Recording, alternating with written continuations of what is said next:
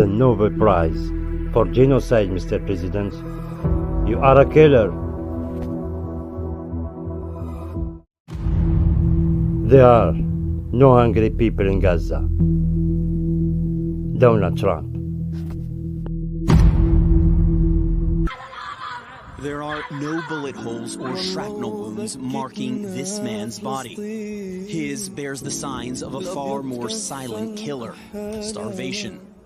At 41 years old, Mohammed al-Hassanat is one of at least 45 Palestinians who have died of malnutrition in just the last week, according to the Palestinian Health Ministry. An entirely man-made humanitarian crisis in Gaza, now reaching unprecedented levels. The question now is not whether starvation will claim more lives, but who will be its next victim. Most food stocks have run dry. Malnutrition cases are skyrocketing. And there is only so much Gaza's under-resourced hospitals can do. At one of the few soup kitchens still serving meals, the growing desperation of Gaza's population of more than 2 million is clear as day. 28 Western nations, more than 100 humanitarian aid organizations, and top UN officials have all said Israeli policies are to blame for the starvation crisis now unfolding. That's because Israel imposed a total siege of Gaza between March and May. And since then, Israeli restrictions on the entry and distribution of aid have snowballed into an utterly avoidable disaster. I don't know what you would call it other than mass starvation. And it's man-made, and that's very clear. And this is because of blockade. Israel denies it is using starvation as a weapon, pointing to hundreds of aid trucks inside Gaza awaiting UN pickup. The UN says Israeli authorities have repeatedly failed to authorize safe routes to pick up those stockpiles.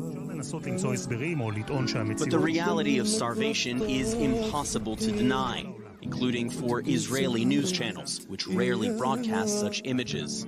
Fadia Abu Namous has been in line since 6 a.m., hoping to fill a pot of lentil soup to feed the 9 members of her family.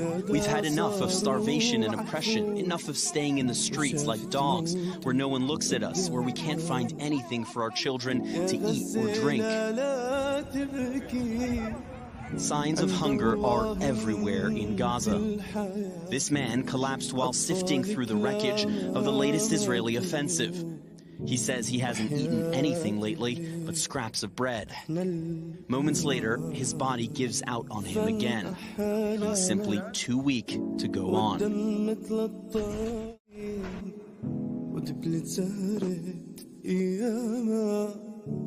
والله آزتنا الظروف عم نقدر حتى نشوف ونادى صاروا عكفوف وشافت موت قدامها يا غزة لا تبكي عند الله انت الحياة أطفالك لا ما ماتوا وحياتك احنا الأموات